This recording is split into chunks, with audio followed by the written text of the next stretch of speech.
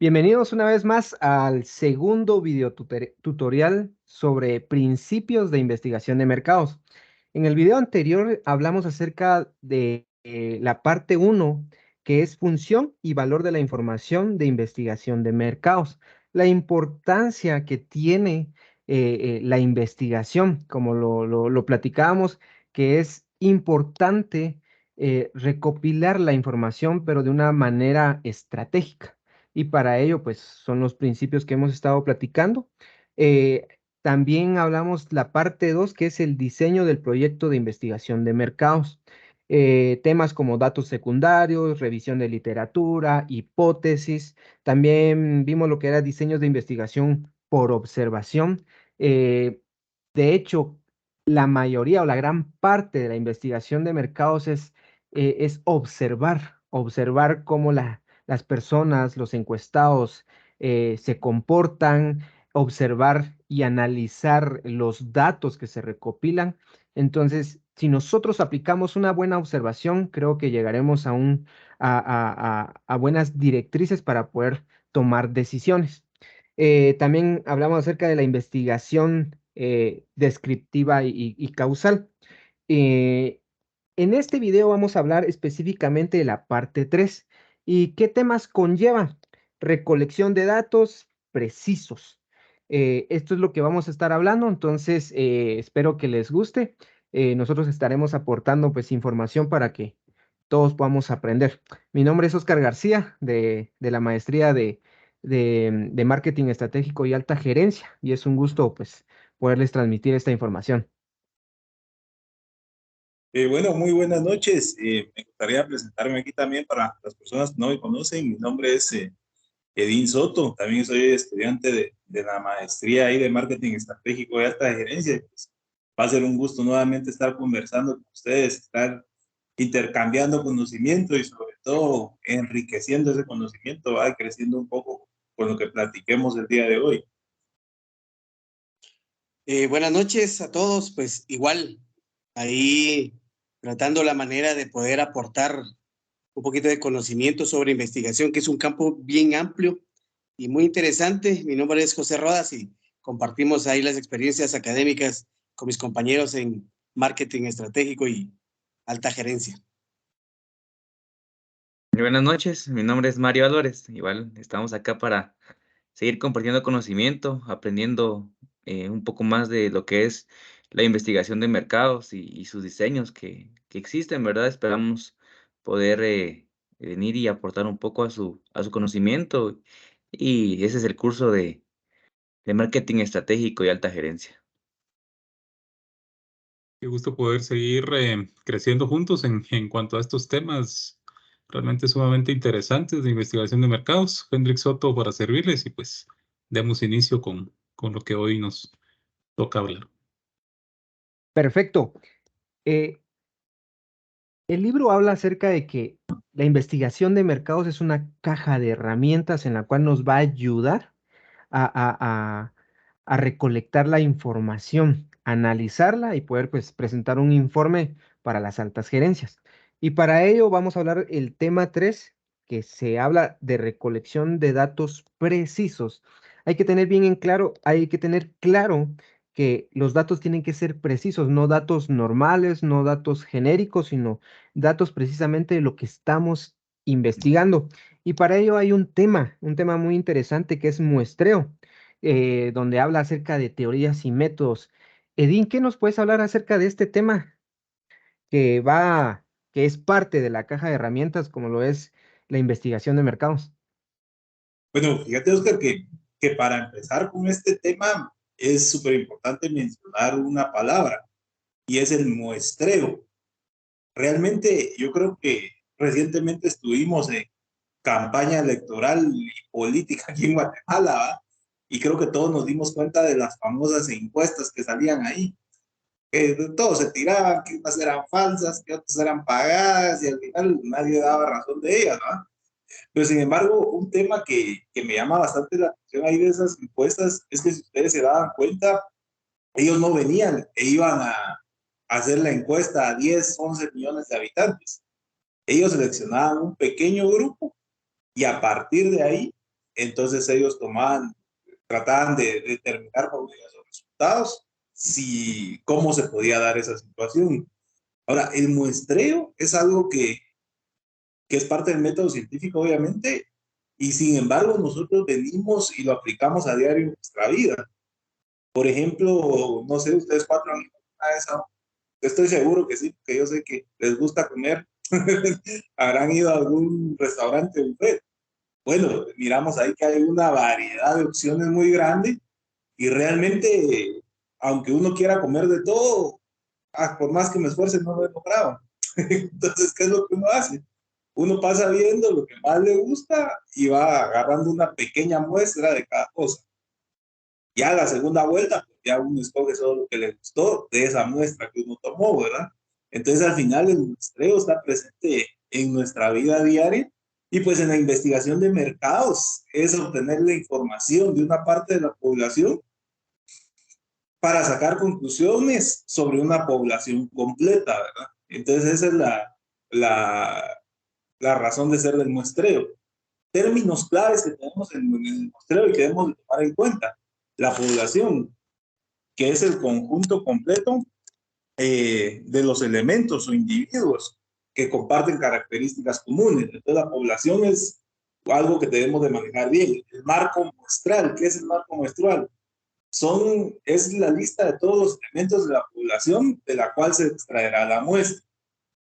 El tercer concepto que debemos manejar son los factores subyacentes de la teoría de muestreo, que son los conceptos claves que influyen en la precisión y en la validez de la muestra.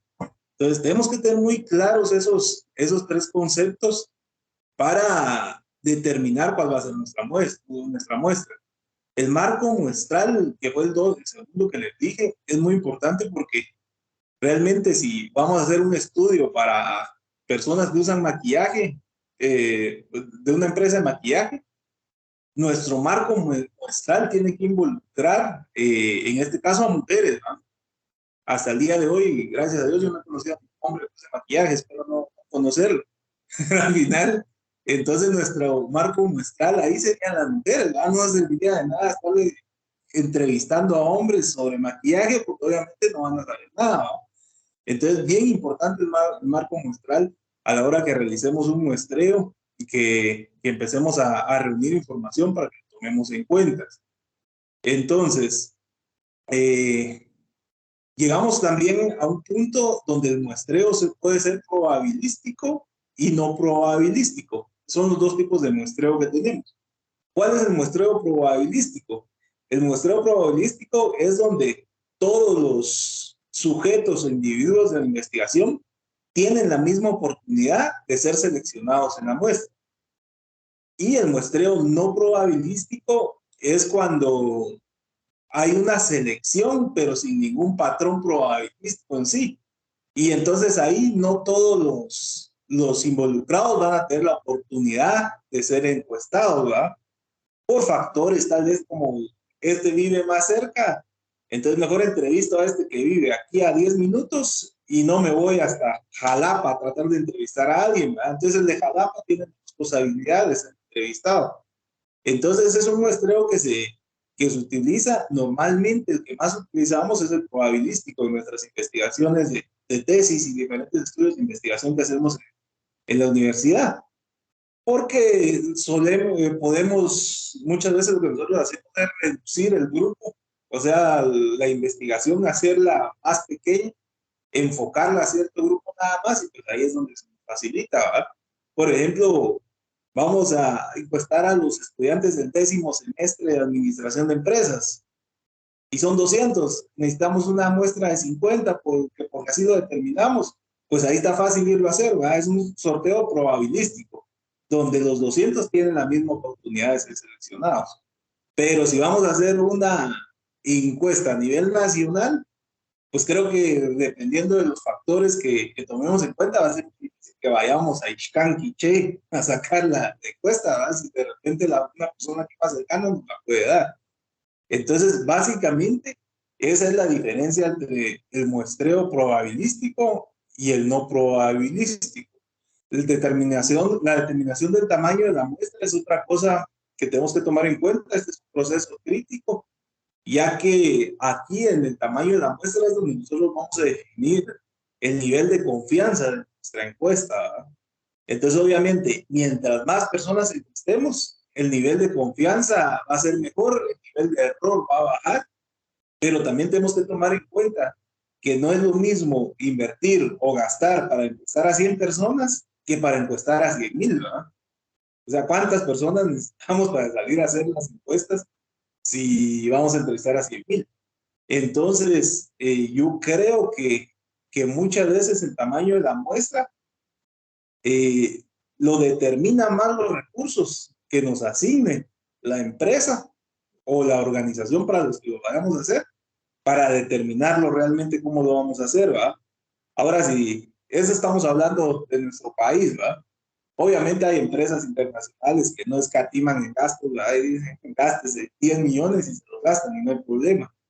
Pero en nuestro caso creo que los recursos siempre se están controlando, más si estamos trabajando para una organización benéfica, para una ONG, para una empresa de un emprendedor. Entonces no disponemos de mucho capital y ahí eso puede, ¿cómo se llama?, impactar el tamaño de la muestra que nosotros queremos hacer. Ahora, para desarrollar un plan de muestreo hay 6 pasos. Yo eso los voy a mencionar rápidamente para que no nos extendamos mucho. El primer paso es definir la población meta. El mismo paso lo dice ahí, creo que no necesitamos más explicación, hay que definir a quién le vamos a hacer. El segundo paso es seleccionar el método de recopilación de datos, qué método nos queda mejor. Paso número 3 es identificar los marcos de muestreo necesarios. Los marcos eran lo que yo les decía, que son las características especiales que tienen. Necesitamos mujeres de entre 18 y 25, y ahí está nuestro marco de muestreo, ¿va? Seleccionar el método de muestreo adecuado. Esto se refiere a que vamos a elegir un probabilístico o un no probabilístico. Ese sería el paso 4. El paso 5, determinar tamaño de la muestra y tasas de contacto. Esto es calcular la cantidad de personas para que logremos resultados significativos. Paso número 6, crear un plan operativo. Eso es bien importante porque muchas veces nosotros terminamos, ya está listo para ir a hacer la encuesta y vámonos a hacerlo, ¿va? Pero el paso número 6 nos dice que tenemos que crear un plan. Bueno, vamos a empezar el día lunes 20, vamos a empezar en esta zona, vamos a buscar a estas personas, terminamos a las 5 de la tarde, regresamos martes, así vamos a estar toda la semana. Entonces es un plan operativo, el plan número 6, que hay que tenerlo bien definido. Y el paso número 7 no es otra cosa más que ejecutar el plan que ya definimos, ¿verdad? También muchas veces nos pasa que podemos planificar y al final no hacemos nada de lo que planificamos, entonces creo que al final ahí no tiene sentido, ¿verdad? Entonces el paso 7 es simplemente ejecutar el plan que ya definimos con anterioridad. Entonces eso es lo que yo les puedo platicar en cuanto al tamaño de la muestra, sobre el muestreo, sobre los tipos de muestreo que hay. Y no sé, Oscar, ¿cómo te parece que esto puede ayudar a futuras investigaciones aquí con nosotros o ya en nuestra vida profesional, ¿no? Es interesante porque la palabra muestreo, no sé, pero en lo personal yo lo relacionaba mucho a los exámenes médicos, ¿verdad? En los laboratorios, ¿verdad? Que dicen de voy a sacar una muestra, ¿verdad? Vamos a hacer estudios, ¿verdad? De, por ejemplo, exámenes médicos como le quitan o le extraen a uno un poquito de sangre, le extraen, le piden a uno, pues, exámenes de orina, exámenes de heces, ¿verdad? Y eso le llaman ellos muestra, ¿verdad? Entonces, al momento de que uno estudia la administración de empresas y enfocándonos en la investigación de mercados, también existe la palabra muestra. En este caso, pues sería muestreo. Y entonces, si nosotros quisiéramos estudiar nuestra sangre, pues no podemos estudiar el 100% de nuestra sangre porque sería imposible, pues, o sea, moriríamos, ¿verdad? Y en términos de investigación de mercados, también es imposible, pues, investigar a toda la población en sí. Entonces, por eso es que se toma una porción, ¿verdad? Una determinada cantidad del 100% para poder hacer la investigación. Entonces, es interesante porque para los que nos escuchan y probablemente no han estudiado administración de empresas o específicamente investigación, pero que sí tienen el deseo de incursionar con un nuevo producto, mejorarlo o crear una empresa, pues yo creo que estos pasos para poder saber si es factible, sí o no, para tomar una decisión acertada, existe la investigación de mercados y tomar esta pequeña muestra y pasar las encuestas y de ahí recopilar esa información. Y como lo decía Cedín, parte de ese muestreo no es que al azar, ¿verdad? Sino simplemente hay que seleccionarla o segmentarla bien para que los resultados que arroje sean acertados, ¿verdad? Entonces, yo creo que es bien interesante y con palabras simples, ¿verdad? Lo podemos entender de esta forma. Y yo creo que esto pues nos va a servir bastante también para el tema que viene, que es la medición y escalamiento. Medición, pues como que sí puedo analizar qué puede ser, pero escalamiento, la verdad es que me queda en duda y voy a preguntar a José Rodas, qué piensa de estos dos temas. Pues mira, yo creo que al final el ejemplo que pones ahí de la muestra y de la medición pareciera que no tiene relación, pero sin embargo, cuando nosotros venimos y hacemos los exámenes de laboratorio que comentas, efectivamente hay una medición en donde hay un rango normal. Hablemos hipotéticamente de los triglicéridos, ¿verdad? El rango normal es de 300 a 350 o 400. Sin embargo, a la hora de hacer la evaluación y después de determinar la muestra, vemos que está en 500. Y entonces ya sacamos el primer indicador y de ahí tomamos decisiones. Ya el doctor te dirá, bueno, tenés que dejar de pasar a comer lo que Edin decía, ¿verdad? Entonces, te vamos a encargar que solo pases a comer ensaladitas por ahí. Pero determinando ya esta parte, la medición es un proceso que está definido en el libro específicamente para ser un poquito literales y que sea la base realmente de esta explicación, es que es un proceso integrado de determinar la intensidad o cantidad de información sobre constructos, conceptos u objetos. Entonces nosotros venimos, hacemos la recopilación y después empezamos a medir cuánta información tenemos y empezamos nosotros a determinar qué información tenemos en base a lo recopilado. Algo bien importante que tenemos que nosotros dejar en claro es que la medición dentro de algún método de investigación, específicamente en marketing, es mucho más abstracto que cualquier otro tipo de medición, porque, por ejemplo, nosotros nos interesaría medir, ponía yo el ejemplo de un centro comercial, cuántas personas entran de 10 a 12 del mediodía, ¿verdad? Entonces venimos, llegamos, ponemos a una persona que cuente las personas e incluso podríamos poner el sexo de cuántas personas entraron masculinas, cuántas femeninas. Sin embargo, el marketing va mucho más allá y ya viene a pensar en medir cuál es la satisfacción del cliente. Si realmente el cliente sintió valor por lo que pagó después de obtener nuestro producto. Y entonces ahí es donde nosotros tenemos que empezar a ver la formación de constructos, que es específicamente lo que está complementado en variables, y nosotros vamos viendo de que una variable es la satisfacción, que la otra variable es el servicio, y entonces podemos medir la satisfacción que tiene el cliente después de pasar con nosotros y obtener nuestro servicio. Ese proceso de medición conlleva un par de tareas importantes para poderla definir y saber exactamente que vamos en el camino correcto. Y es la selección o desarrollo del constructo que les acabo de comentar y el desarrollo de la escala de medición. Cuando nosotros queremos determinar y desarrollar un constructo, pues tenemos que saber exactamente, que es parte de lo que se platicó en el primer video, que un constructo es un concepto no observable, que se va a medir indirectamente por medio de un grupo de variables relacionadas. Volvemos a regresar, ¿verdad? Si nosotros queremos medir la satisfacción del cliente, ya estamos uniendo dos variables, que es la satisfacción y el cliente.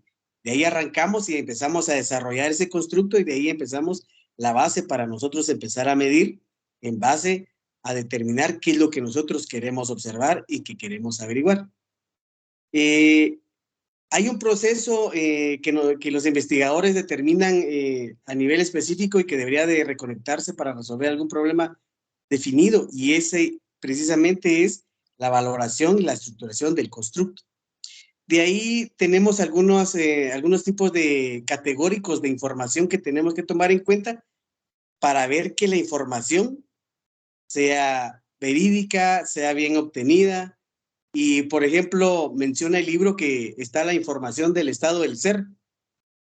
Y se pregunta uno así como del ser de quién, de la persona como tal, de lo que está consumiendo. Entonces, eso está definido como que son las respuestas a información verificable que representan las características físicas y o demográficas o socioeconómicas de individuos, objetos u organizaciones.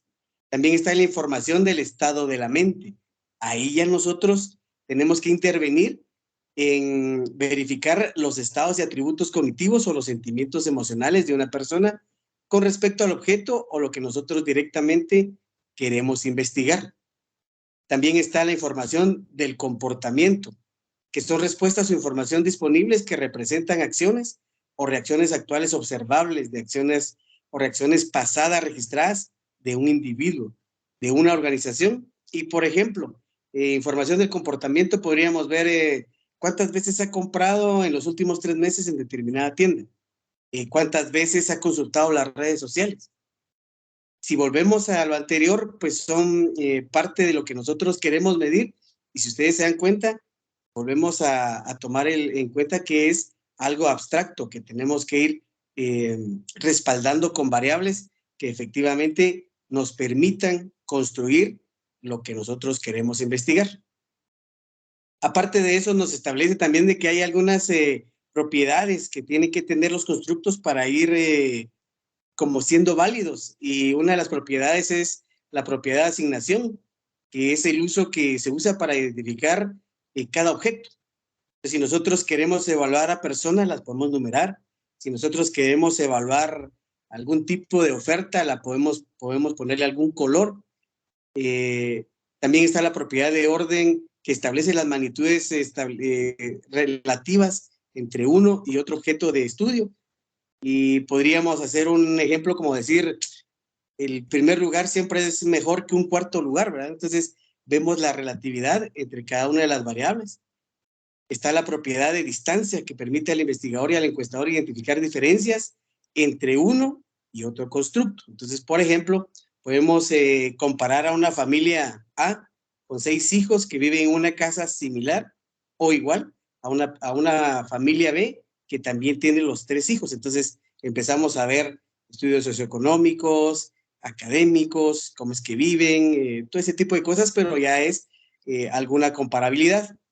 Y también está la propiedad de origen, que es una descripción de escala única designada como a partir de un cero natural. Por ejemplo, preguntar edad y peso actualmente.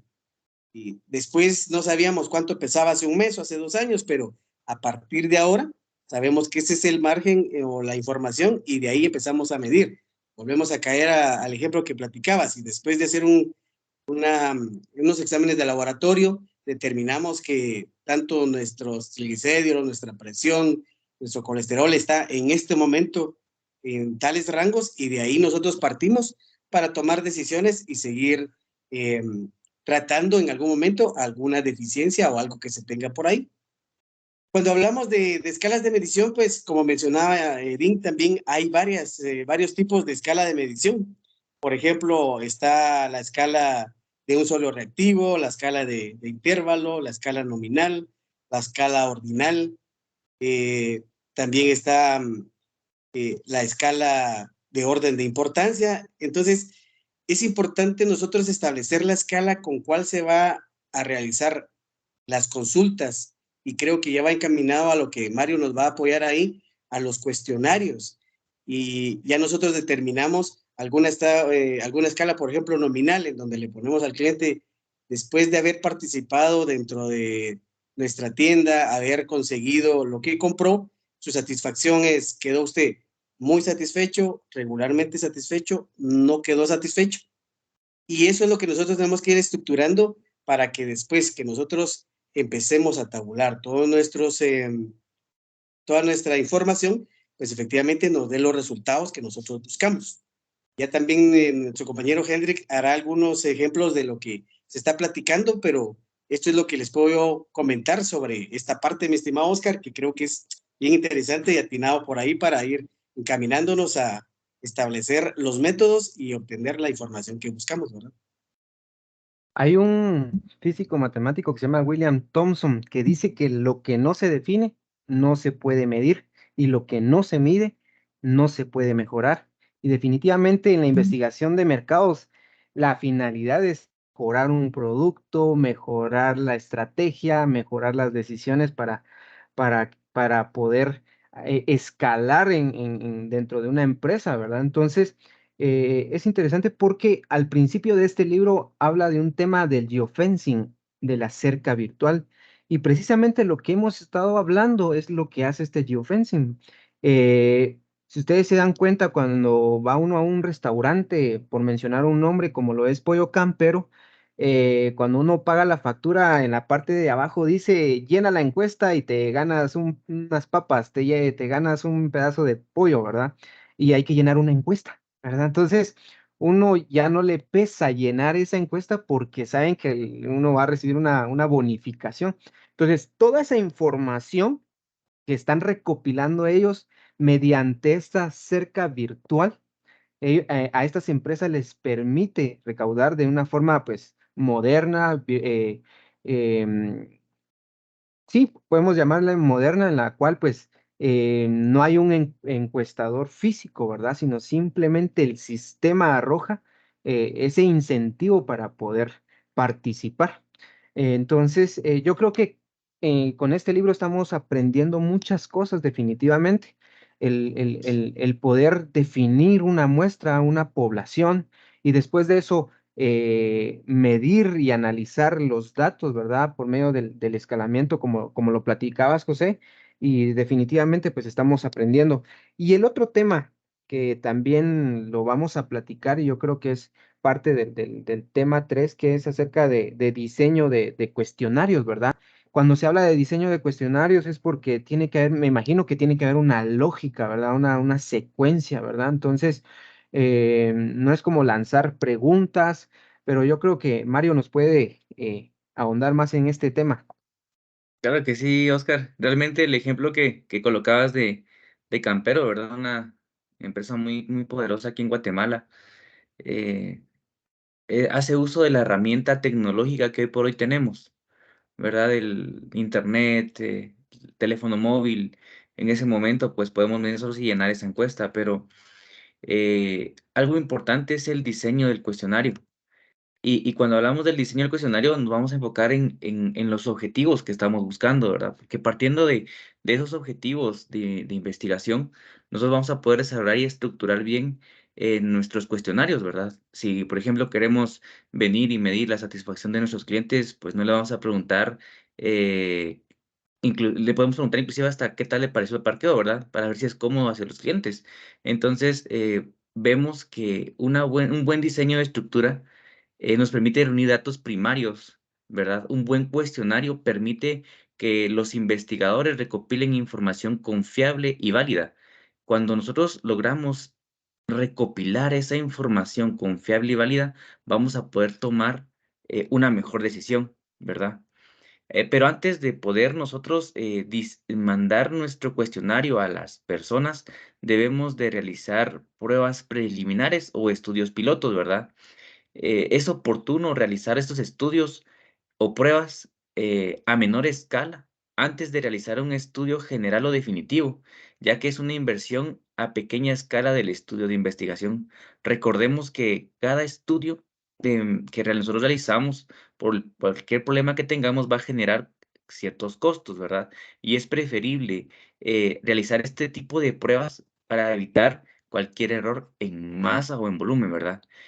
Como la investigación es sistemática, nuestro diseño de investigación está dividido en 7 pasos.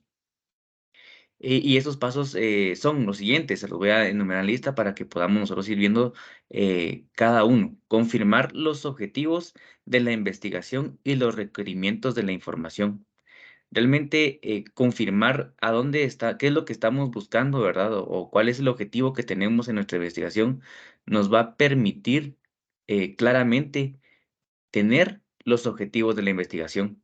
Al mismo tiempo nos permite identificar la información necesaria para cumplir con esos objetivos.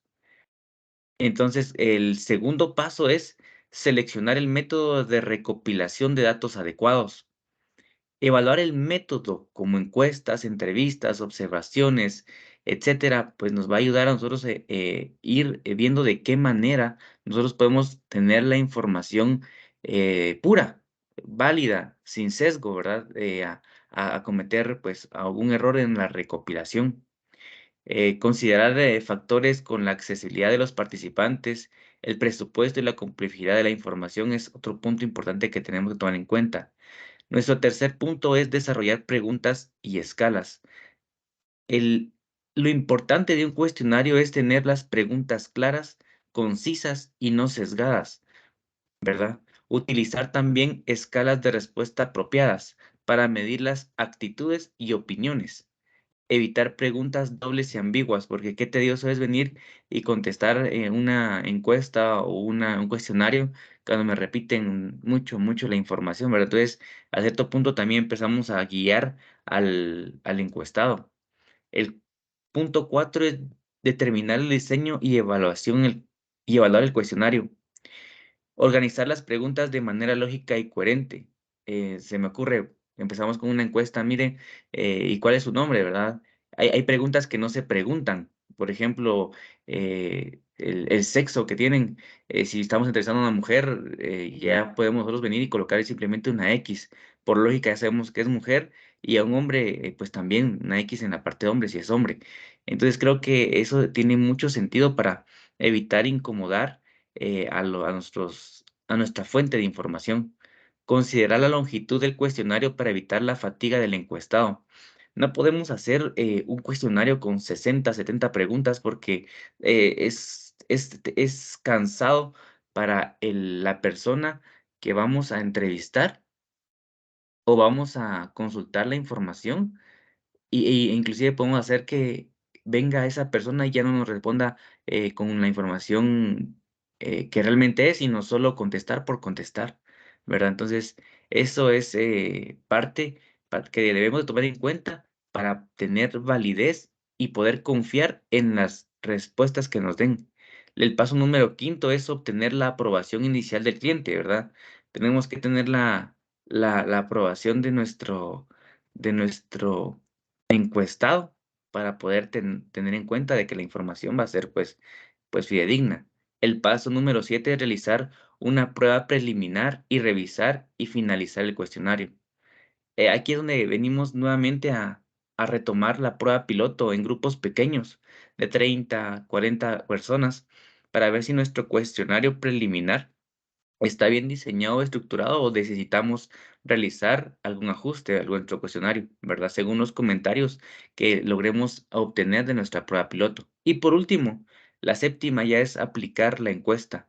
Implementar la encuesta según la metodología elegida, ya bien sea por fax, por correo electrónico, por una entrevista cara a cara, una encuesta personal. Entonces, esa manera pues nos va a permitir garantizar la consistencia en la administración de la encuesta.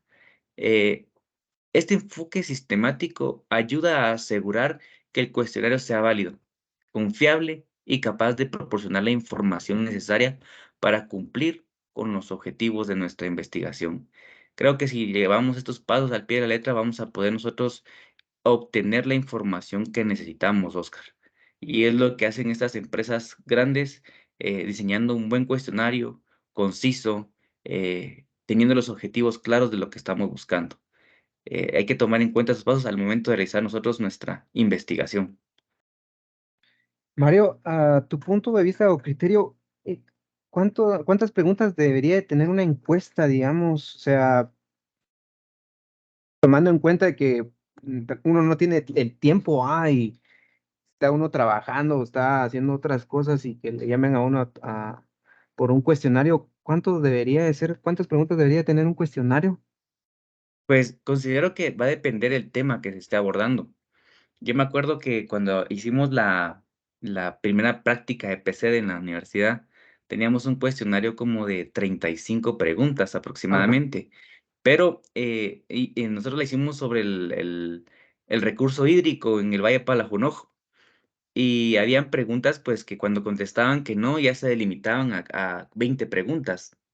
Y entonces, cuando contestaban que sí, pues, ya empezábamos a llenarle la totalidad de la encuesta.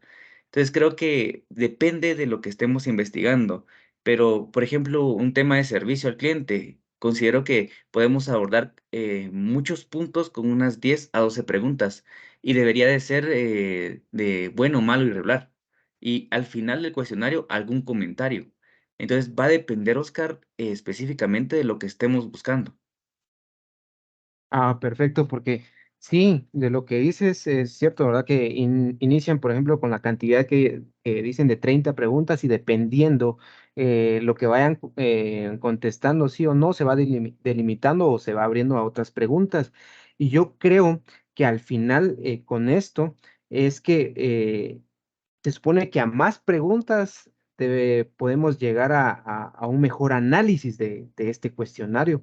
No es como preguntar eh, tres dentro de un cuestionario, ¿verdad? Que nos va a brindar poca información de un solo individuo que tener de 10, supongamos, y va a estar como que más abierta la información, pero también tenemos o lo contrario de que las personas no accedan a darnos la información fidedigna.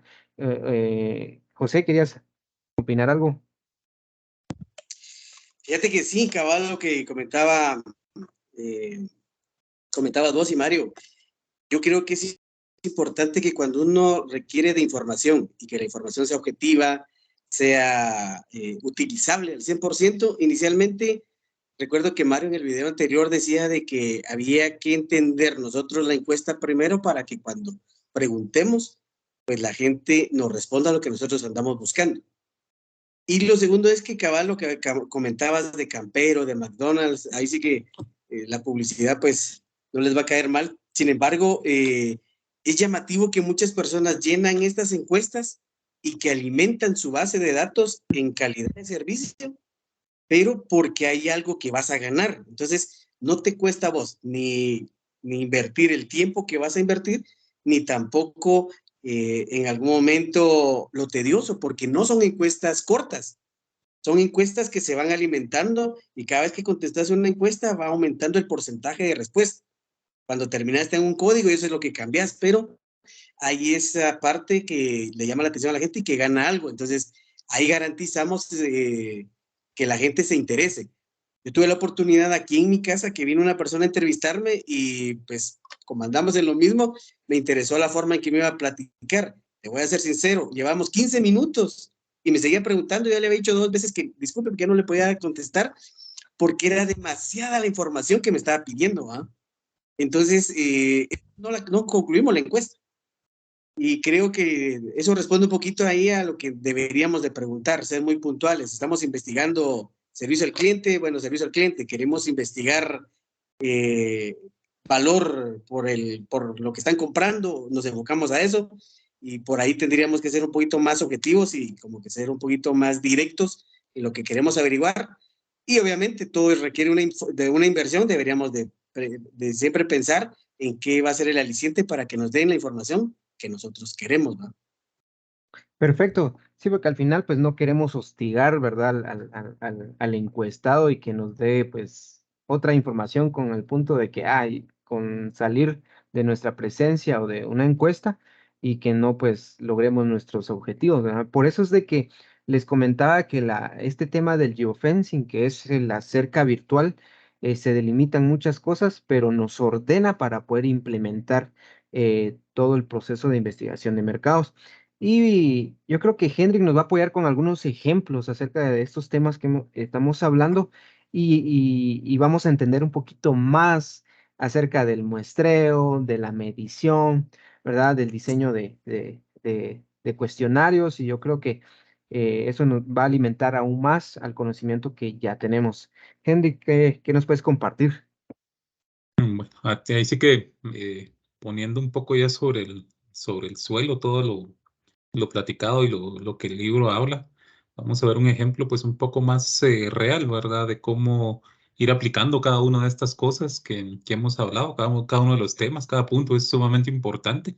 Y vamos a enfocarnos, por ejemplo, en que una empresa, un restaurante de comida mexicana, el Charro Feliz, podemos decirle, ¿verdad? Está interesado en hacer un estudio de mercado en cuanto a cuál es la lealtad de sus clientes. Entonces, el restaurante pues está buscando establecer la lealtad, em, qué es lo que les gusta, qué no les gusta. Hay demasiados factores que se pueden llegar a evaluar en este punto. Entonces, el restaurante podría utilizar un método combinado para la recopilación de datos, podría ser observación, encuestas, pues va a depender de qué es lo que el restaurante quiera obtener, el método que nosotros vamos a utilizar para poder recolectar los datos que vamos a necesitar. En este caso vamos a centrarnos, por ejemplo, en una encuesta. El restaurante va a realizar una encuesta.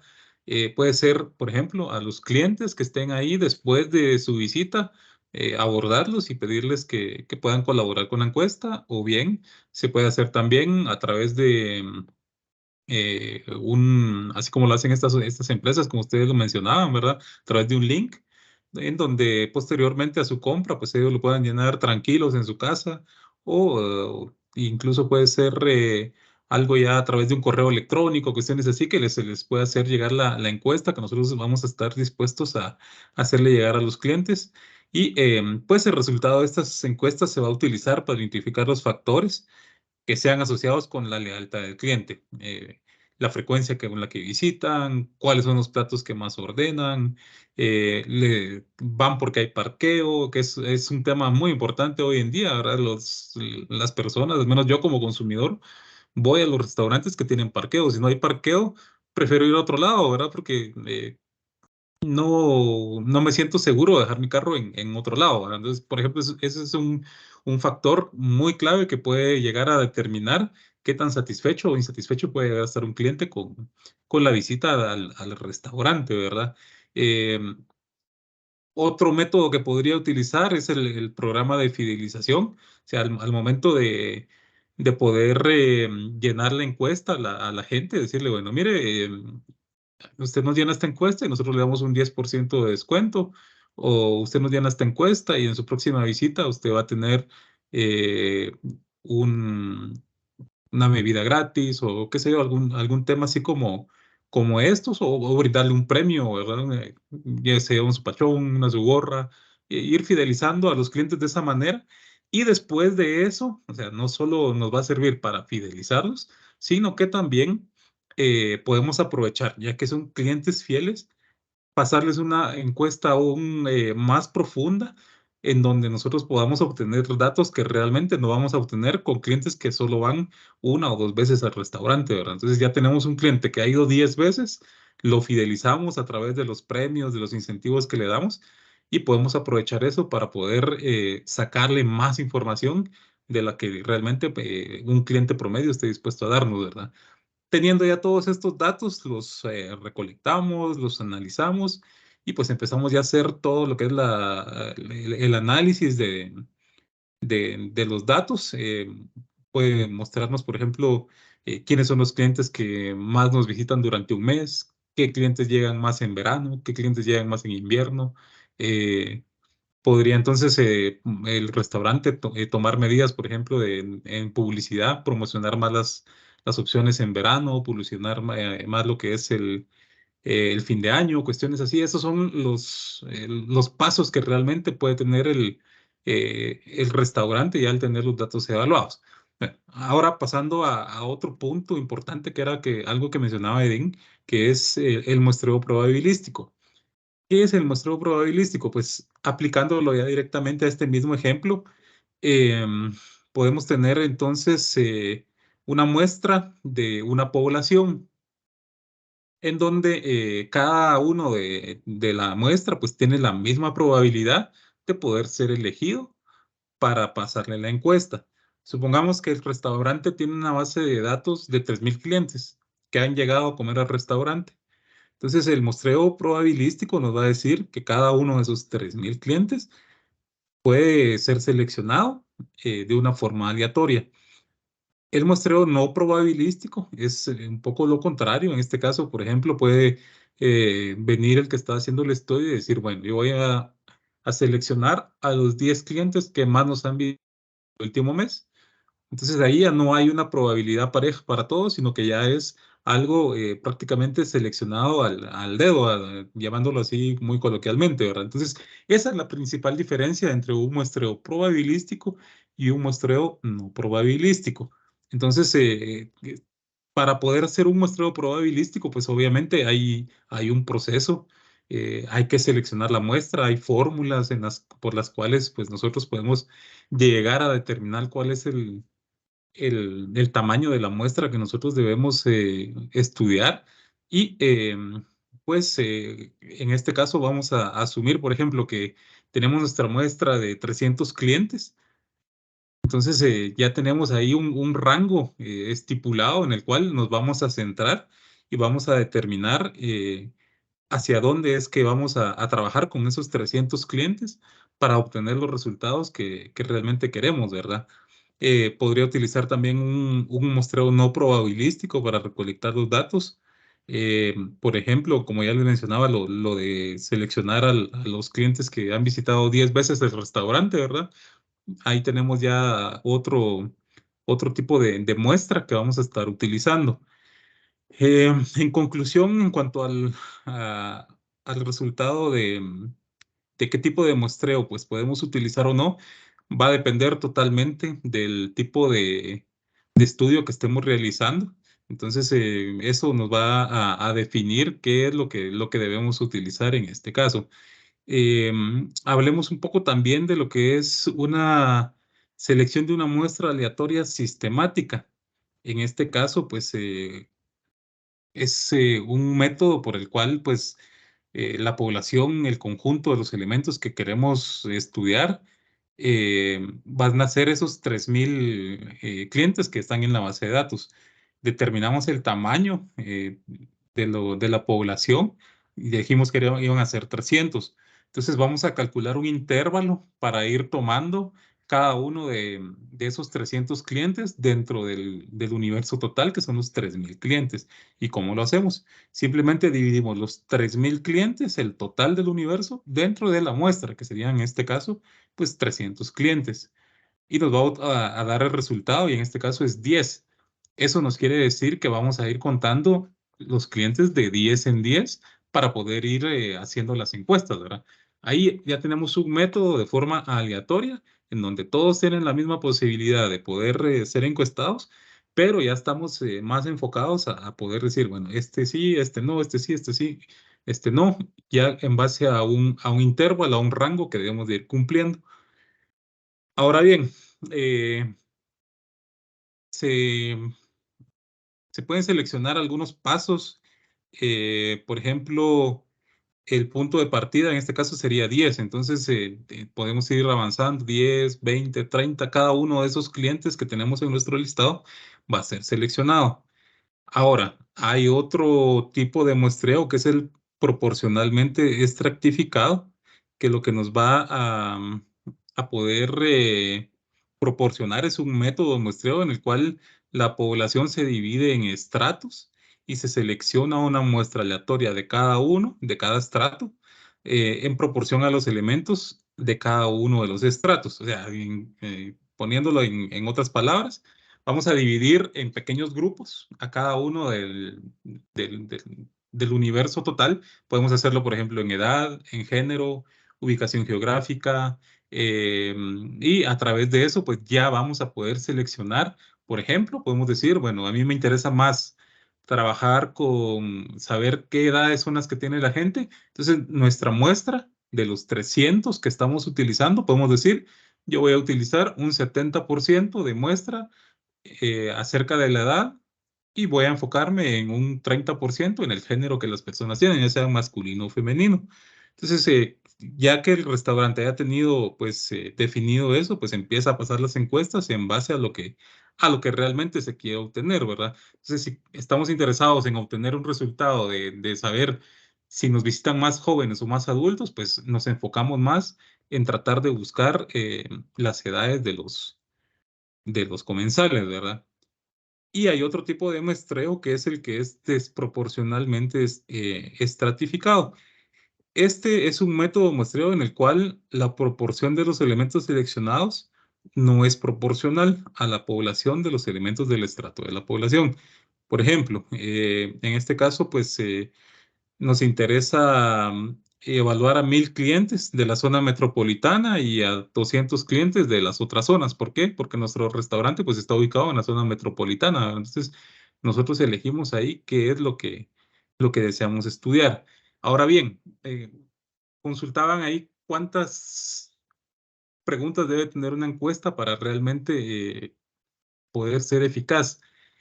Yo en lo personal he tenido la experiencia de que me piden llenar encuestas. A veces voy en la calle o estoy en algún lado y quieren que se le apoye en llenar alguna encuesta. Y media vez veo que las hojas que están utilizando están engrapadas. Yo digo, no, gracias, no tengo tiempo, ¿verdad? Porque esa es seña de que esa encuesta va a ir para largo. Entonces digo yo, mejor no, no tengo la paciencia no me gusta poder apoyar en ese sentido, ¿verdad? Creo que en este caso, enfocándonos al tema particular de satisfacción del cliente, podemos hacer una encuesta eficaz con 5 preguntas. Creo que sería un rango muy bueno para poder determinar realmente qué tan satisfecho o qué no tan satisfecho está el cliente, ¿verdad?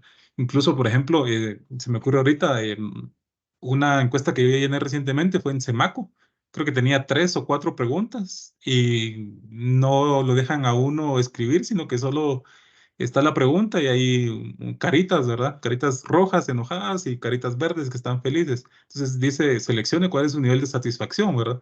Entonces son encuestas que son muy amigables, muy rápidas, que uno dice, no tardo ni un minuto en llenarla, pues la lleno, ¿verdad? No tengo ningún problema en eso. Entonces hay muchos métodos que se pueden utilizar para que la gente realmente se sienta motivada a poder llenar una encuesta, ¿verdad? Entonces, creo que eso es lo que podría aportar yo acá en este tema, ¿verdad? De cómo ir seleccionando las muestras. Se puede hacer por estratos, se puede hacer las encuestas ahí sí que con dibujitos, con números, ahí sí que al final de cuentas va a depender de qué es lo que nosotros estamos deseando estudiar y el resultado que nosotros queramos obtener.